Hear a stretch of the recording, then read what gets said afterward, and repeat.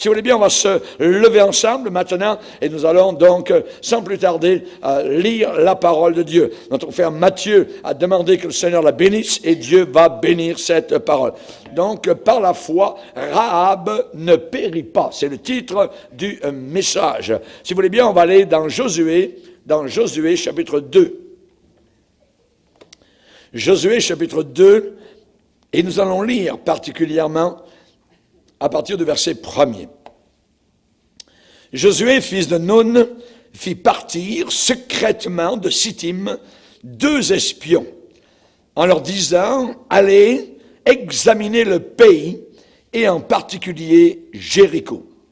Ils partirent, et ils arrivèrent dans la maison d'une prostituée, qui se nommait Rahab, et ils y couchèrent, pas avec elle, dans la maison. On dit au roi de Jéricho, voici des hommes d'entre les enfants d'Israël sont arrivés ici cette nuit pour explorer le pays. Le roi de Jéricho envoya dire à Rahab, fais sortir les hommes qui sont venus chez toi, qui sont entrés dans ta maison, car c'est pour explorer, pour espionner tout le pays qu'ils sont venus. La femme prit les 2 hommes et les cacha. Et elle dit, il est vrai que ces hommes sont arrivés chez moi, mais je ne savais pas d'où ils étaient. Et comme la porte a dû se fermer de nuit, ces hommes sont sortis. J'ignore où ils sont allés. Hâtez-vous de les poursuivre, et vous les atteindrez. Elle les avait fait monter sur le toit, et les avait cachés. Cachés sous des tiges de lin qu'elle avait arrangées sur le toit. Ces gens les poursuivirent par le chemin qui mène au gué du Jourdain. Et l'on ferma la porte après qu'ils soient sortis. Avant que les espions se couchent, Rahab monta vers eux sur le toit et leur dit, et écoutez bien ce qu'elle dit aux 2 espions, « L'Éternel, je le sais, vous a donné ce pays. La terreur que vous inspirez nous a saisis. Et tous les habitants du pays tremblent devant vous. Car nous avons appris comment, à votre sortie d'Égypte, l'Éternel a mis à sec devant vous les eaux de la mer Rouge.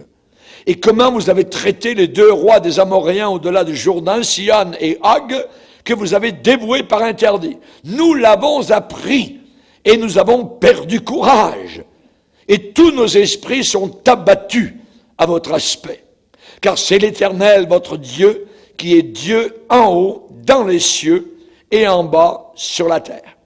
Et maintenant, je vous prie, jurez-moi par l'Éternel, que vous aurez pour la maison de mon Père la même bonté que j'ai eue pour vous.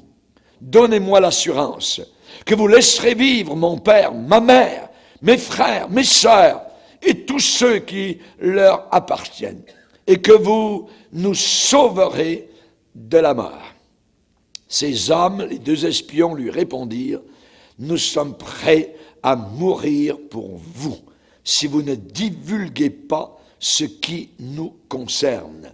Et quand l'Éternel nous donnera le pays, nous agirons envers toi avec bonté et fidélité.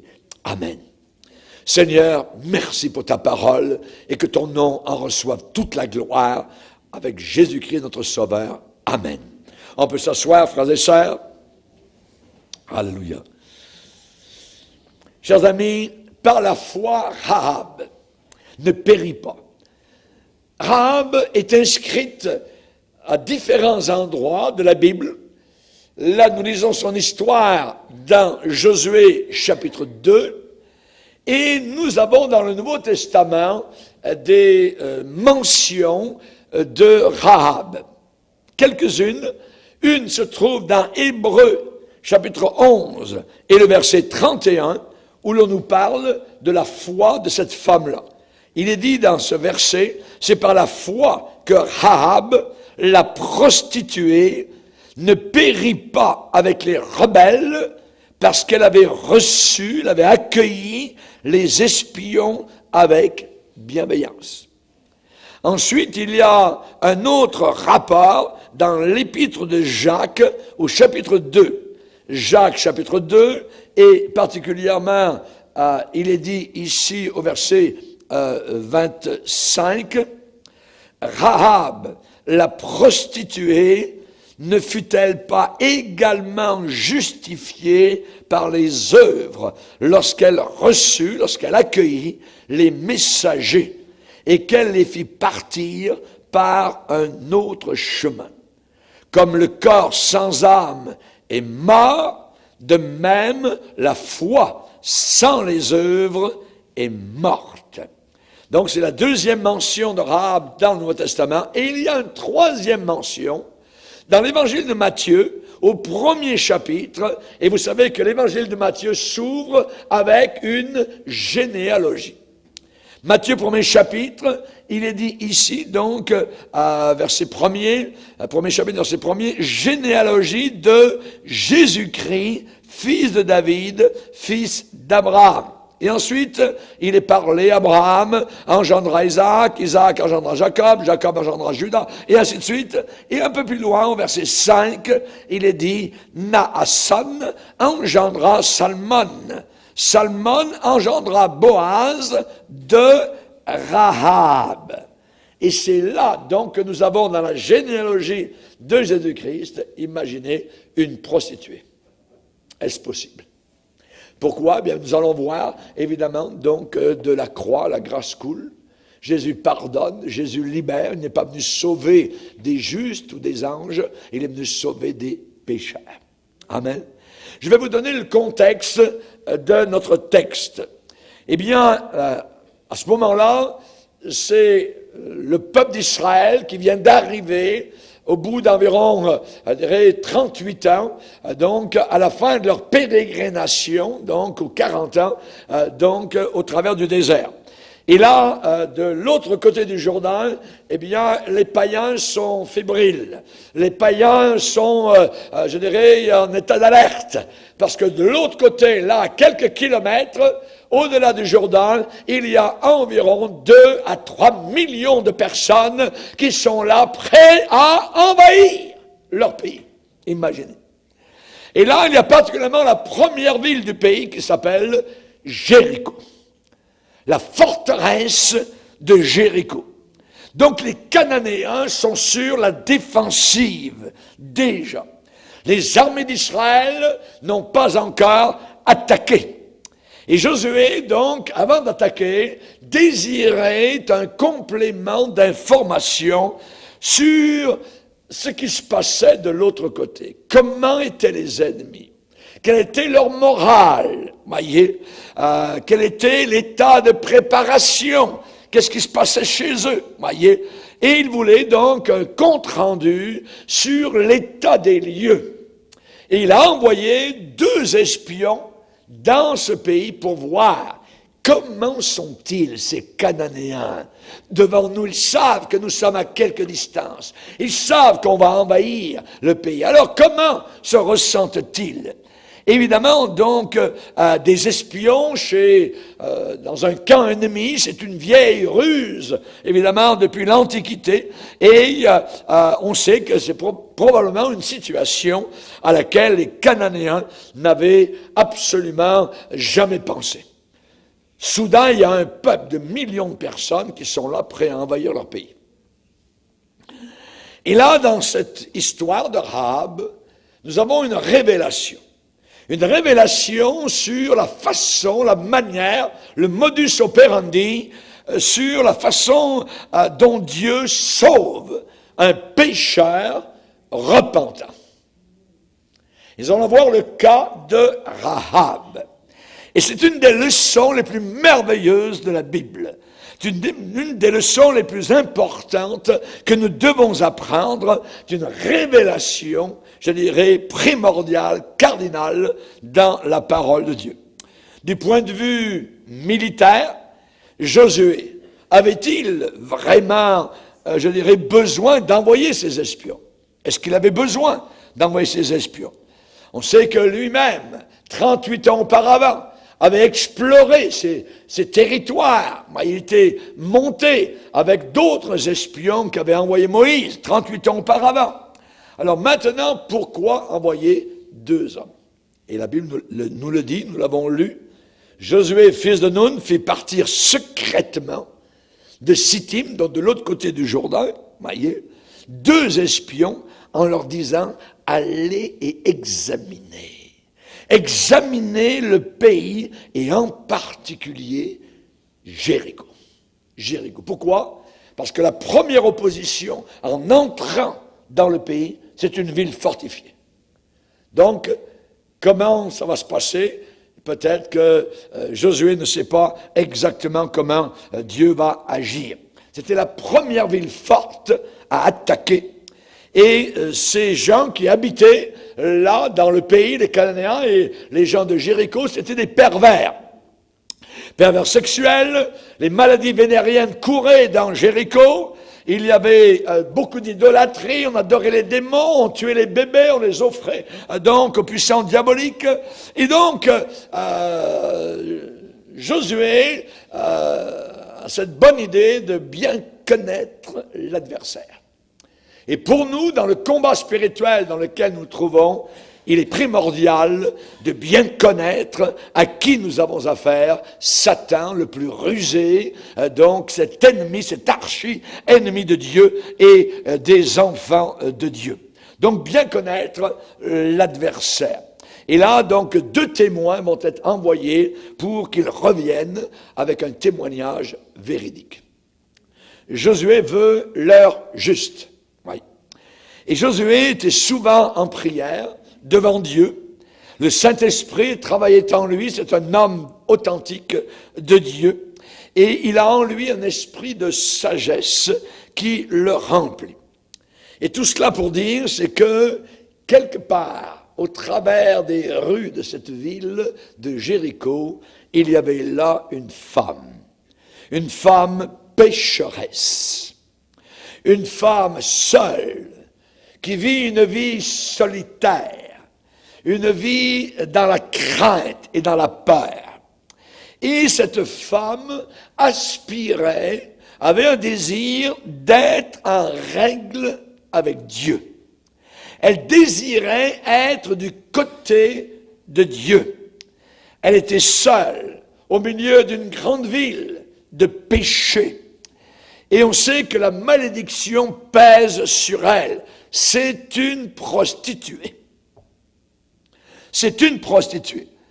Et elle est destinée donc à la mort et à l'enfer. Et la Bible déclare dans l'Épître aux Romains, au chapitre 6, eh bien, ce qui était notre cas à nous aussi auparavant. Dans Romains 6, il est déclaré, particulièrement au verset 20, « Lorsque vous étiez esclaves du péché, vous étiez totalement libres à l'égard de la droiture, à l'égard de la justice, à l'égard de Dieu. Bye bye, Dieu, vous étiez totalement libres, vous faisiez ce que vous vouliez. » Voyez. Quel fruit portiez-vous alors? Réponse au point d'interrogation, des fruits dont vous rougissez aujourd'hui. Des fruits dont vous rougissez aujourd'hui. Car la fin de ces choses, c'est la mort. La fin de ces choses, c'est la mort. Donc nous voyons que cette femme prostituée, voyez, à Jéricho, l'Esprit de Dieu travaille son cœur. Comment se fait-il que Dieu travaille des vies si corrompues, des vies si perverses? Je ne le sais pas, vous le demanderez au Seigneur quand vous arriverez au ciel. Mais l'Esprit de Dieu est celui qui convainc de péché, de justice et de jugement. Et personne ne peut être sauvé avant d'avoir été convaincu de péché, de justice et du jugement qui s'en vient. La question qui se pose vis-à-vis de cette femme prostituée à Jéricho, est-ce que Dieu se souciait d'elle parmi tous ces païens?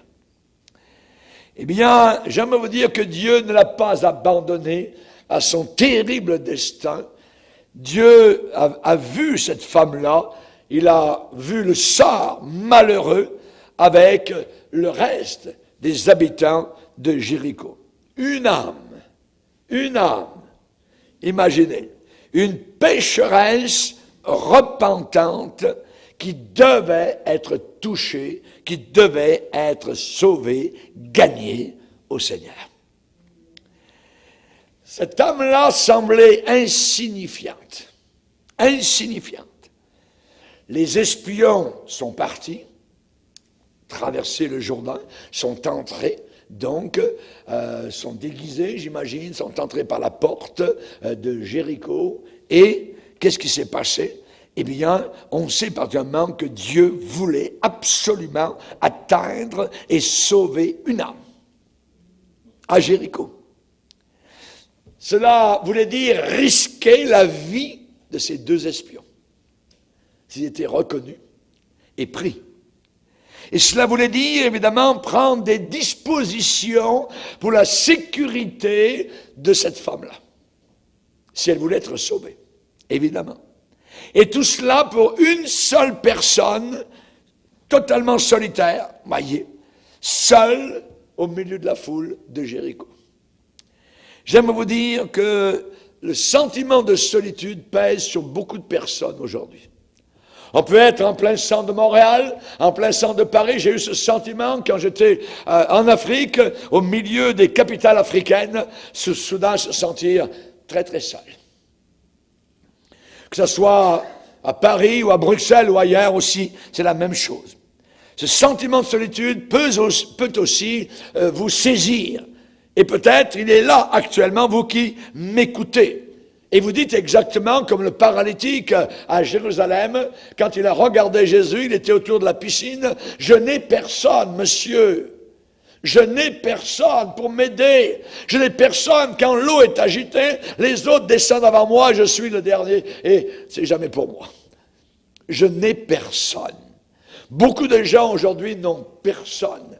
Il y a des gens qu'on découvre dans leur appartement, ils sont morts parfois depuis un mois, et c'est l'odeur qui sort de l'appartement qui fait en sorte que les gens autour appellent la police pour regarder ce qu'il y a à l'intérieur. Pourquoi? Parce que la personne était seule, personne ne se soucie, aucun parent, aucun rien du tout, aucun ami. La solitude. David a vécu ce sentiment de solitude lorsqu'il déclare un jour au psaume 102, « Seigneur, je n'ai plus de sommeil, je ressemble au pélican du désert. » Le pélican du désert, un oiseau solitaire, un oiseau tout seul dans le désert. « Je suis comme le chat-huant des ruines. Je n'ai plus de sommeil, je suis comme l'oiseau, et il le dit, solitaire, sur un toit. » Que de personnes se sentent comme cela. Et j'imagine que Rahab avait ce sentiment dans son cœur. Elle avait ce sentiment de solitude. Tous les hommes qui venaient chez elle et qui repartaient, évidemment, la laissaient encore plus seule que jamais, plus vide que jamais, plus sale que jamais. Peut-être vous allez me dire, pasteur, je ne suis qu'une personne toute seule. Au milieu de millions de gens qui ont l'air de se précipiter vers un holocauste d'une bombe à hydrogène, est-ce que Dieu se soucie de moi? Est-ce que Dieu se soucie de moi? Chers amis, vous savez, ces hommes qui étaient à Jérusalem cette journée-là, alors qu'un prédicateur était en train de prêcher là-bas, quelque part, il criait, tout ça, les gens se sont rassemblés, des milliers de personnes. Ils ont écouté la prédication de l'apôtre Pierre. Et à la fin de la prédication, ils ont dit, que ferons-nous? Que devons-nous faire? Vous voyez? Ils étaient là pour être sauvés. La réponse a été donnée pour leur salut. Le Seigneur a un but, c'est de sauver. Il veut te sauver. Amen. Si vous avez un cœur repentant, et si vous désirez recevoir son pardon, c'est ce que Rahab à Jéricho avait dans son cœur. Elle avait été préparée par le Saint-Esprit. Elle avait un cœur repentant, voyez, et elle voulait être du côté de Dieu, de l'Éternel. On a appris. Ça fait 40 ans que l'on entend ce que Dieu a fait pour vous là-bas, quand il a ouvert une mer devant vous. Et nous tremblons maintenant devant vous parce que vous êtes juste à quelques kilomètres et nous savons que vous allez pénétrer dans notre pays. Nous sommes finis. Chers amis, que faire? Que faire pour être sauvé? Vous savez, quand le geôlier d'une prison à sécurité maximale en Grèce a demandé à l'apôtre Paul la fameuse question, que faut-il que je fasse pour être sauvé? Paul a simplement dit, crois au Seigneur Jésus-Christ. Et les gens, je dirais, ont trituré ce mot croire. Ils l'ont tordu. Croire, ça veut dire s'appuyer totalement, complètement sur quelqu'un d'autre, qui n'est pas moi, c'est Jésus. Crois, appuie-toi sur le Seigneur Jésus et tu seras sauvé. Alléluia. Gloire au Seigneur. Merci Seigneur. Il faut absolument sortir du milieu des pécheurs. Il faut sortir du milieu des pécheurs. Vous devez faire partie du peuple de Dieu. C'est ce que cette femme Rahab désirait au fond de son cœur. Ah, si je pouvais faire partie de eux. Leur Dieu est puissant. Il ne s'appelle pas Allah, il s'appelle l'Éternel. Et ce Dieu, l'Éternel, il ouvre des mers. Il les a nourris pendant 40 ans. Il envoie des oiseaux par millions sur leur camp. La nuit, les gens nous ont dit dans le désert qu'ils voient là-bas une colonne de feu qui monte pour éclairer ce peuple. Leur Dieu est puissant. Leur Dieu est puissant. Amen. Et elle voulait faire partie de ce peuple. Elle voulait faire partie. La condition pour faire partie du peuple de Dieu, la Bible nous le dit, qu'il faut sortir du milieu des pécheurs. Il faut qu'il y ait une sortie. Amen. Ça ne veut pas dire une entrée. Non, c'est le contraire, totalement le contraire. La Bible dit, sortez du milieu d'eux et séparez-vous, dit le Seigneur. Séparez-vous, dit le Seigneur. Ne touchez pas à ce qui est impur. Et je vous accueillerai. Si vous faites cela, si vous sortez quelque part, dans votre vie, il faut sortir. Nous sommes dans ce monde. Nous vivons au milieu de ce monde pervers. Mais notre cœur doit sortir de ce monde-là. Nous n'avons rien à avoir à faire. Aucun amour pour ce monde. Aucun amour pour leur façon, pour leur manière, pour leur liberté, et ainsi de suite. Nous ne voulons rien savoir. Nous étions de eux auparavant. Et maintenant, nous sommes sortis. Séparez-vous. Ne touchez pas à ce qui est impur. Et je vous accueillerai. Je serai pour vous un père. Alléluia. Alléluia. Je serai pour vous un père. Et vous serez pour moi des fils et des filles. Dit le Seigneur Tout-Puissant. Alléluia. Gloire au Seigneur. Dit le Seigneur El Shaddai. Qu'est-ce que l'apôtre Pierre, le jour de la Pentecôte, a dit à cette foule de milliers de personnes? Sauvez-vous de cette génération perverse. Sauvez-vous, sortez de cette génération perverse, tordue. Voyez, il faut sortir. Et si vous avez ce genre d'aspiration de sortir, voyez, de ce monde, vraiment, de façon authentique, alors Dieu vous atteindra. Dieu vous touchera d'une façon ou d'une autre, pour vous délivrer, vous sauver, pour pourvoir à vos besoins, pour vous conduire, amen, et vous donner l'assurance que vous êtes sauvés. Alléluia. Si vous pensez que vous ne comptez pas grand-chose aux yeux de Dieu, alors vous devez relire Josué chapitre 2. Amen. L'histoire de Rahab. Cette femme qui était une prostituée, toute seule là, à Jéricho, elle avait du prix aux yeux du Seigneur. Et Dieu a vu son cœur, Dieu a vu ses aspirations. Amen. Alors, si vous pensez que vous êtes trop mauvais, trop méchant, si vous êtes beaucoup trop insignifiant aux yeux de Dieu, alors relisez Ésaïe où Dieu va dire, une femme oublie-t-elle l'enfant qu'elle allait? Si elle l'oubliait, je ne t'oublierai jamais. Je t'ai gravé sur mes mains et tes murs sont constamment sous mes regards. Alléluia. Merci Seigneur. Que Dieu soit béni. Rien ne peut l'empêcher de vous sauver, sauf votre refus. Les gens qui ne seront pas sauvés, c'est simplement des gens qui auront refusé d'être sauvés. Ils auront refusé d'être sauvés. Voyez? Mais pasteur, je suis tellement mauvais, je suis tellement méchant, j'ai tellement fait dur. Voyez? Non, non. Regarde l'histoire de Rahab. Amen. Qu'est-ce que l'ange a déclaré à Marie et Joseph? L'enfant qui va naître, c'est lui qui sauvera son peuple de ses péchés. Amen. Gloire au Seigneur. Jean-Baptiste a pointé son doigt en montrant un jeune homme au Jourdain. Il a dit, voici l'agneau, le mouton de Dieu qui ôte le péché du monde. Alléluia! Que Dieu soit glorifié. Cet agneau allait être saigné à la croix du Calvaire. À 15 heures, il a rendu l'âme. Amen. Au moment où tous les agneaux d'Israël étaient égorgés, au même moment, l'agneau de Dieu a été égorgé par la main du Père. Amen. Le courroux, la colère de Dieu est tombée sur Jésus-Christ pour que moi et toi nous soyons sauvés, pardonnés, libérés et que nous entrions un jour par les portes de gloire. Alléluia. Merci Seigneur. Merci Seigneur. Le Fils prodigue est revenu dans les bonnes grâces du Père, après avoir évidemment dissipé son bien parmi les prostituées, parmi le monde et ainsi de suite.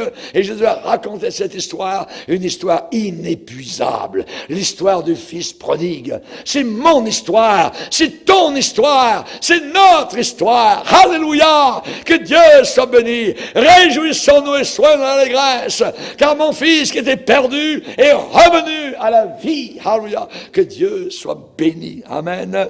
Il n'y a que les gens religieux qui ne se réjouissent pas. Amen. Le fils aîné ne s'est pas réjoui. Non, il a commencé à bouder. Voyez? Quand il a vu qu'on se réjouissait parce que son frère était en train de revenir, voyez, à la maison, il ne s'est pas du tout réjoui. Ça, c'est la religion. Mais l'évangile, c'est une nouvelle bonne. Amen. C'est pour des pécheurs. Alors, la gloire au Seigneur, nous sommes des pécheurs. Moïse, est-ce qu'il sera un jour au ciel? Oh yes, voyez. Et pourtant, c'était un tueur. Voyez, il a tordu le cou à quelques Égyptiens, voyez. Et David, sera-t-il au ciel?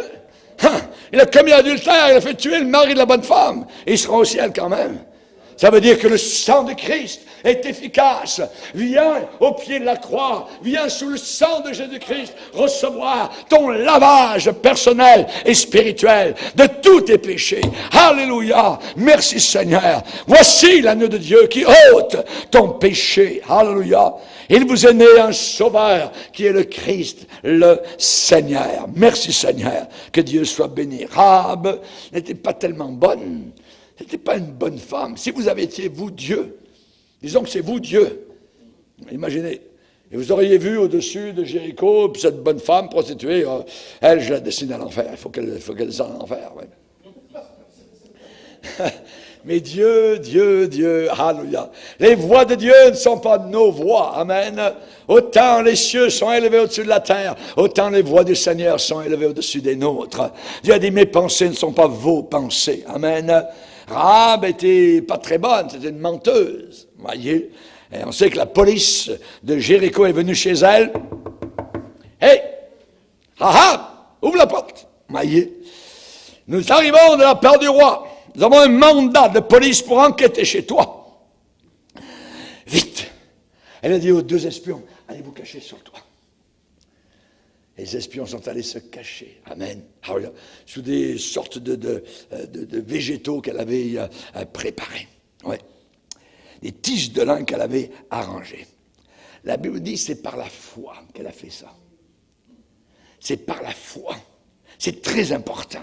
Il dit c'est par la foi qu'elle a reçu, qu'elle a accueilli les espions avec bienveillance. Bienveillance. Amen. Gloire au Seigneur. Et quand les enquêteurs étaient là, ont ouvert la porte, tout ça. Oui, messieurs, qu'est-ce que vous désirez, tout ça. C'est vrai, vous avez raison. Il y a des hommes qui sont arrivés chez moi, mais je ne savais pas d'où ils étaient, et ils sont repartis rapidement, tout ça. Courez après eux, tout ça. Ils sont juste là à côté. Elle a du toupet. Elle a de l'audace.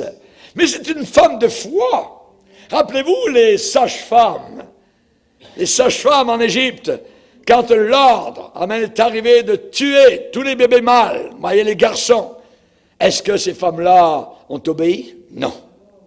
Et quand on est arrivé chez elles aussi, les sages-femmes, ouvrez, voyez, qu'est-ce qui se passe? Voyez, vous laissez vivre tous les enfants?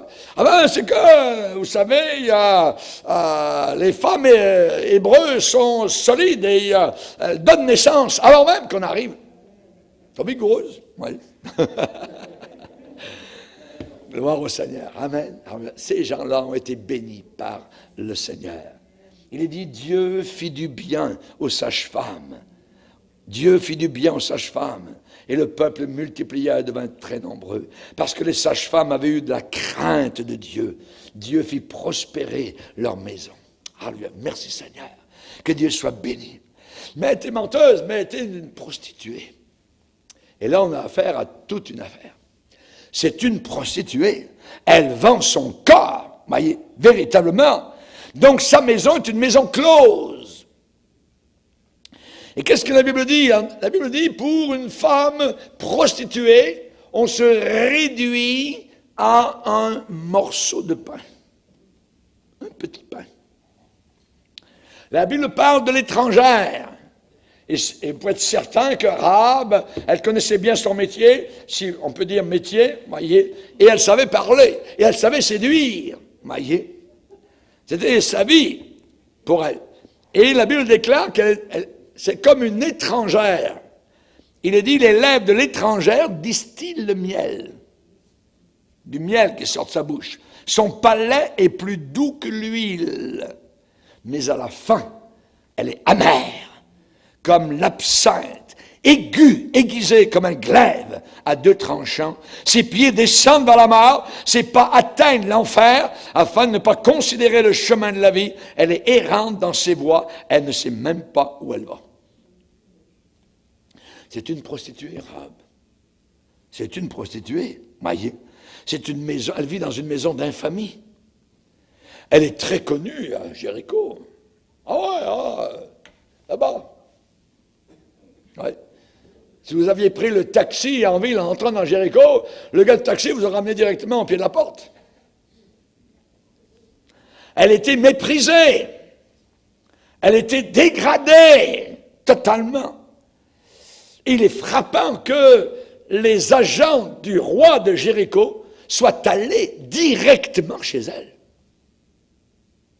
Directement chez elle. C'était une maison de passe, voyez. Pas besoin de détails, évidemment.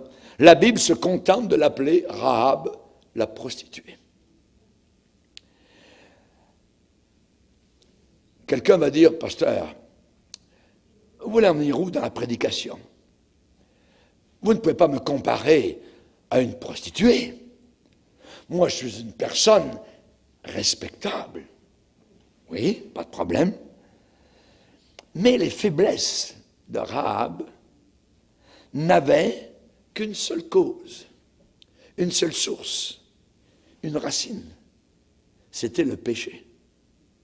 C'était transgresser la loi de Dieu. C'était désobéir, se complaire en soi-même, se dire qu'on est maître de son destin. Celui qui fréquente les prostituées, la Bible dit, fait honte. Fait honte. Et cette femme-là s'écartait volontairement de, évidemment, la vérité du Seigneur. Qu'est-ce que nous étions, nous, avant d'être sauvés? Nous, les respectables, voyez. Je pense même qu'il y a un groupe de chants qui s'appelle les respectables. Ouais, ça, c'est autre chose. Ouais. Mais la Bible dit que nous aussi, dans l'épître de Tite, nous étions. Aujourd'hui, nous sommes chrétiens. Mais qu'est-ce que nous étions? Et la Bible dit, voyez, et on tremble devant cela, mais c'est la vérité, c'est le livre de la vérité. Nous étions, et je lis, autrefois insensés. Ça veut dire fou et folle. Désobéissants, on parle de rébellion. Égarés, asservis, esclaves à toute espèce de convoitise et de volupté.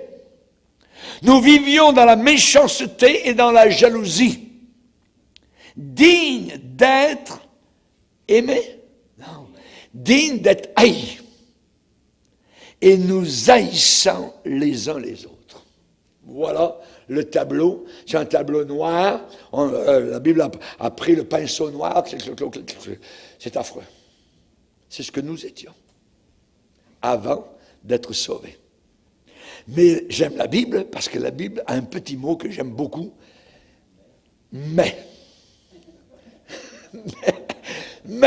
alléluia, heureusement, mais, lorsque la bonté de Dieu notre Sauveur et son amour pour les hommes ont été manifestés, il nous a sauvés. Il nous a sauvés. Merci Seigneur. Merci Seigneur. Es-tu sauvé? C'est là la question. Amen. Vivre notre vie sans le Seigneur, c'est à peu près comme un pilote d'avion qui conduirait son avion trop haut, là-haut dans l'atmosphère où il n'y a plus d'oxygène. Pouf! Voyez? Donc sa vie de ce pilote et de ceux qui sont dans l'avion serait rapidement détruite. Ça serait la désagréation, je dirais, inévitable, quelle qu'en soit la forme. Auparavant, nous étions sans Dieu, sans espérance, sans oxygène. On n'avait aucun contact avec l'au-delà, avec l'éternité. Les fruits. Vous prenez un arbre, un même arbre. Prenez les fruits d'un même arbre. Les fruits peuvent varier en grosseur, en grandeur, en éclat, en couleur. Vous voyez, ils peuvent varier en forme, mais tous ces fruits viennent tous d'une même racine. D'une même racine. Évidemment, il y a des fruits variés.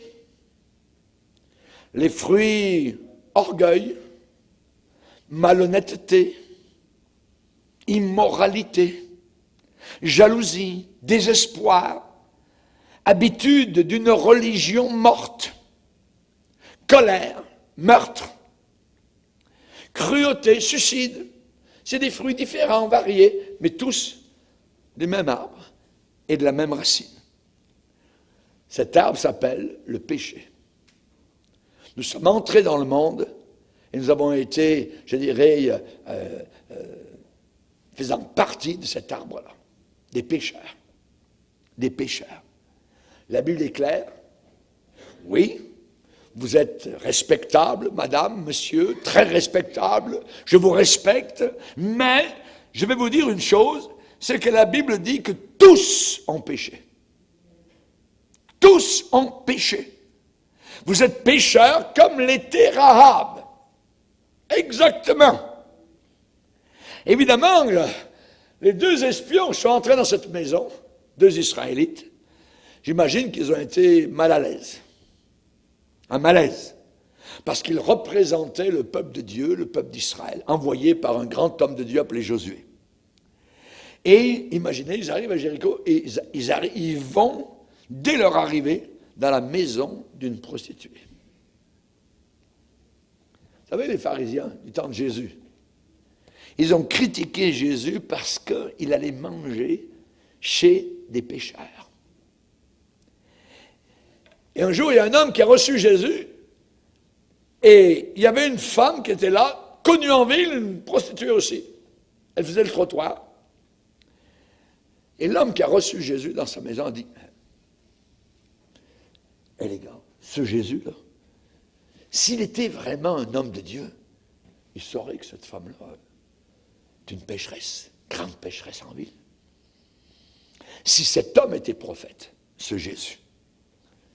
Mais Jésus a dit, je ne suis pas venu appeler des justes, mais des pécheurs. Amen. Des pécheurs. Jésus a dit que les prostituées iront au ciel parce qu'elles se sont repenties. Et les hommes religieux, eux, iront en enfer parce qu'ils ne se sont jamais repentis. Matthieu 21, verset 31. Zachée, est-ce que vous le verrez au ciel? Certainement. Peut-être qu'il aura un corps un peu plus élevé qu'il avait sur la terre, voyez, parce qu'il était haut comme 3 pommes. Zachée, tout petit. La Bible dit qu'il était le chef des publicains. Les publicains, c'est des pécheurs, des voleurs. Voyez? Et il cherchait à voir qui était Jésus. Jésus est entré dans sa maison. Zachée l'a suivi. C'était un pécheur qui allait en enfer avant d'entrer dans la maison. Quand il est ressorti de la maison, c'était un pécheur qui était prêt à aller au ciel. Parce qu'il avait rencontré Jésus-Christ. Vous savez, cette femme-là, Rahab, elle a fait une confession. Elle a fait une confession. Elle ne pouvait pas aller à aucune réunion évangélique. Elle ne pouvait pas entendre l'évangile à la radio ou sur Internet ou quoi que ce soit. Absolument pas. Voyez. Mais les sentiments que cette femme avait dans son cœur, c'était de connaître l'Éternel, le Dieu des cieux, le Dieu de ce peuple là-bas qui allait entrer dans son pays, le Dieu d'Israël. Et elle n'avait qu'elle-même, et elle n'avait que le Saint-Esprit au milieu d'un pays corrompu. Mais si vous avez le Saint-Esprit, au milieu d'un monde corrompu, vous avez le plus fort, le meilleur, la puissance d'en haut est avec vous. Celui qui est en nous est plus grand, plus fort, plus puissant que celui qui est dans le monde. Amen. Et après le départ de la police, donc, elle est allée parler là-haut, sur le toit, avec les 2 Israélites qui étaient sur le toit et qui s'étaient cachés. Qu'est-ce qu'elle a dit? Elle a dit, je pense, imaginez cette femme avec les yeux embués, avec des larmes qui coulent. Elle est sérieuse. Elle est touchée par l'Esprit de Dieu. Elle veut être sauvée. Elle sait que ces gars-là, ces 2 représentants, représentent l'Éternel qui ouvre les mers. L'Éternel qui ouvre les rochers et qui abreuve avec des millions de gallons d'eau fraîche en plein désert où rien ne pousse. Que ce Dieu qu'il représente envoie la manne du ciel depuis 40 ans tous les matins avec fidélité. Elle sait tout cela. Et elle dit avec des larmes dans ses yeux, l'Éternel, je le sais, vous a donné le pays. La terreur que vous inspirez nous a saisis et tous les habitants du pays tremblent devant vous. On a appris ce qui s'est passé à votre sortie d'Égypte. Comment l'Éternel a mis à sec devant vous les eaux de la mer Rouge. On a appris comment votre Dieu est avec vous. Elle est touchée. Nous l'avons appris et nous avons perdu courage. Oh. Les païens, chers amis, leur petit courage, ça ne vaut rien du tout. C'est nous qui avons la vraie chose. C'est nous qui connaissons la vérité. C'est nous, amen, qui avons été sauvés par le sang de Jésus-Christ. Nous avons perdu courage et tous nos esprits sont abattus à votre aspect. Quelle merveilleuse nouvelle pour ces 2 espions. Elle ouvre son cœur. Et maintenant, je vous prie, s'il te plaît, c'est sa prière. C'est la prière qu'a fait le brigand qui se repentait à côté de Jésus sur la croix. Souviens-toi de moi quand tu entreras dans ton règne. Et elle, cette femme, elle dit un peu la même chose. Elle dit, s'il te plaît, quand vous allez arriver, vous allez vaincre. Ça va être terrible, le sang va couler. S'il vous plaît, j'aimerais que ma famille soit sauvée. J'aimerais que mon père, ma mère, mes frères, mes sœurs, ma parenté. Et les espions ont dit, il va falloir que tu les amènes dans ta maison. Tous ceux qui seront dans ta maison, ils seront sauvés. À une seule condition. Tu vas placer un cordon rouge à la fenêtre de ta maison. Sa fenêtre était juste sur la muraille. Voyez. Donc, lors de la conquête, tous les soldats israélites verraient très bien où est la maison donc de Rahab. Alléluia. Ce cordon rouge, évidemment, est un signe merveilleux. Et nous voyons ce cordon rouge qui passe au travers de toute la Bible. Depuis Genèse, chapitre 3, nous le voyons dans Exode 12, avec l'agneau immolé et dont le sang devait être badigeonné sur le linteau des portes. Nous le voyons ici, ce cordon rouge qui doit être placé sur la maison de ceux qui désirent être protégés et sauvés. Et nous voyons ce cordon rouge à Golgotha, où un homme est là au milieu, cloué pour nos péchés. Cet homme est Dieu en chair Père, le Fils de Dieu, mon Sauveur, alléluia. Et aujourd'hui, nous sommes sauvés par la couleur rouge sang. Amen. Que Dieu soit béni. Il n'y a que le sang. Ils ont vaincu Satan par la parole de leur témoignage et par le sang de Jésus-Christ. Amen. Alléluia. Gloire au Seigneur. Les deux espions simplement dit, quand nous viendrons dans ce pays, nous chercherons le cordon rouge et pends-le à ta fenêtre. Il faut absolument que ce cordon rouge soit pendu à ta fenêtre. Tu resteras sous cette ligne rouge et tu seras sauvé, toi et les tiens. Maintenant, si tu quittes ta maison, la protection du cordon rouge ne servira à rien du tout. Il faut que tu sois là où est le cordon rouge. Si tu quittes ta maison, tu périras. Cela te regarde. Amen. Pour nous, il est dit, le sang de Jésus-Christ nous purifie de tout péché. Amen. Est-ce qu'on croit cela? Alléluia. Merci Seigneur. Au point d'agir avec foi, évidemment, au moment venu. Et là, évidemment, on sait que Dieu offre cette paix, cette assurance, cette joie, cette certitude. Et c'est exactement la bénédiction dont nous avions besoin. Amen. C'est par la foi que Rahab, la prostituée, n'a pas péri avec les rebelles de Jéricho, parce qu'elle avait reçu les espions avec bienveillance. Jésus dit, croyez en moi. Il y a beaucoup de demeures dans la maison de mon Père. Si cela n'était pas, je vous l'aurais dit. Restez sous le sang, amen, de Jésus-Christ. La foi vient de ce qu'on entend, amen. Comment est-ce qu'on sait qu'elle a cru? Comment est-ce que nous savons que Rahab a vraiment cru? Hein? Eh bien, chers amis, elle a reçu les messagers. Tout d'abord, elle a reçu les messagers avec bienveillance. Elle aurait pu facilement dire, ah oui, ok, vous les espions, tout ça, vous pouvez repartir, tout ça. Et puis ensuite, aller à la police et dire, il y a 2 espions israélites en ville, ils sont là, à tel endroit. Venez les saisir. Elle aurait pu faire ça. Elle aurait pu le faire. Elle ne l'a pas fait, voyez. Elle les a reçus avec bienveillance. Qu'est-ce que Jésus a dit? Celui qui vous reçoit, me reçoit. Alléluia. Celui qui vous rejette, me rejette. On sait que Diotrephe, qui était un homme, je dirais, contre l'apôtre Jean, il avait une église, tout ça, une église apostate, tout ça, et il ne voulait même pas recevoir l'apôtre Jean. Il ne voulait pas le recevoir. La Bible dit, si quelqu'un vient vers vous et ne vous annonce pas la vérité, ne le recevez pas. Ne le recevez pas. Elle a reçu avec bienveillance ces 2 espions. Oui. Mais ensuite, donc elle avait le conseil, elle savait ce qu'elle devait faire. La Bible dit, elle a déclaré aux espions, qu'il en soit, mes amis, selon vos paroles. Et elle prit ainsi congé d'eux, et ils s'en allèrent, et elle attacha le cordon cramoisi à la fenêtre. Ça veut dire qu'elle a placé aussitôt le cordon rouge à sa fenêtre. Elle n'a pas attendu de voir, évidemment, les armées qui s'en venaient. Non, absolument pas. Elle aurait pu faire cela, mettre le cordon rouge uniquement au moment de l'invasion des armées israélites. Oh tiens, je les vois arriver là-bas, il faut que je mette mon cordon rouge. Non. Dès que les espions sont partis, tout de suite, elle a placé son cordon. Amen. Alléluia. Qu'est-ce que Jésus a dit à Zachée? Aujourd'hui, le salut est entré dans cette maison.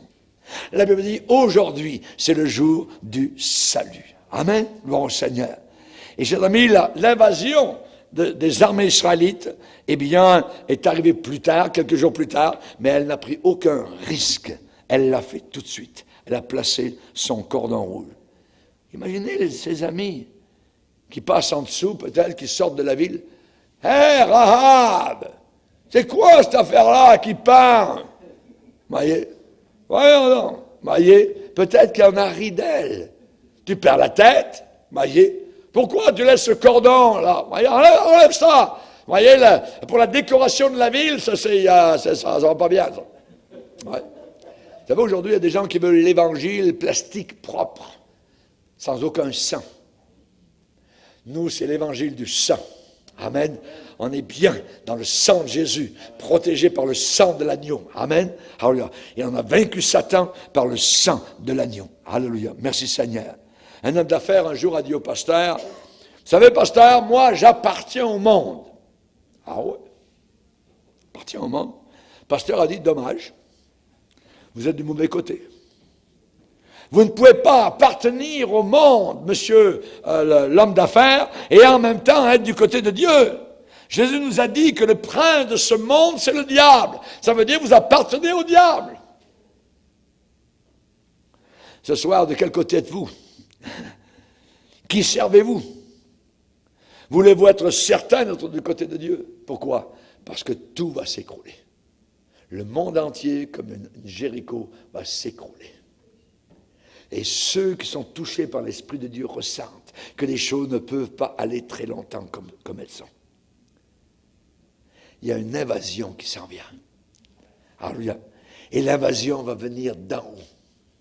Et nous, les chrétiens, nés de nouveau, sauvés, nous partirons de la terre. Nous monterons en un instant, en un clin d'œil, dans la présence du Seigneur. Ce monde va s'écrouler, la Babylone de ce monde, Babylone politique, Babylone religieuse, tout Babylone, à ce que vous voulez, voyez, la confusion, tout va s'écrouler. Et ceux qui ont l'Esprit de Dieu, ceux qui sont touchés par le Saint-Esprit savent que nous sommes parvenus à une époque où tout va s'écrouler. Comme Jéricho.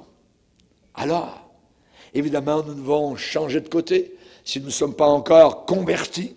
Et cette conversion capable de changer votre destin éternel.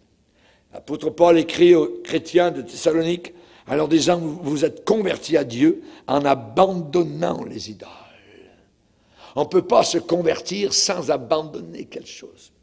On abandonne nos idoles.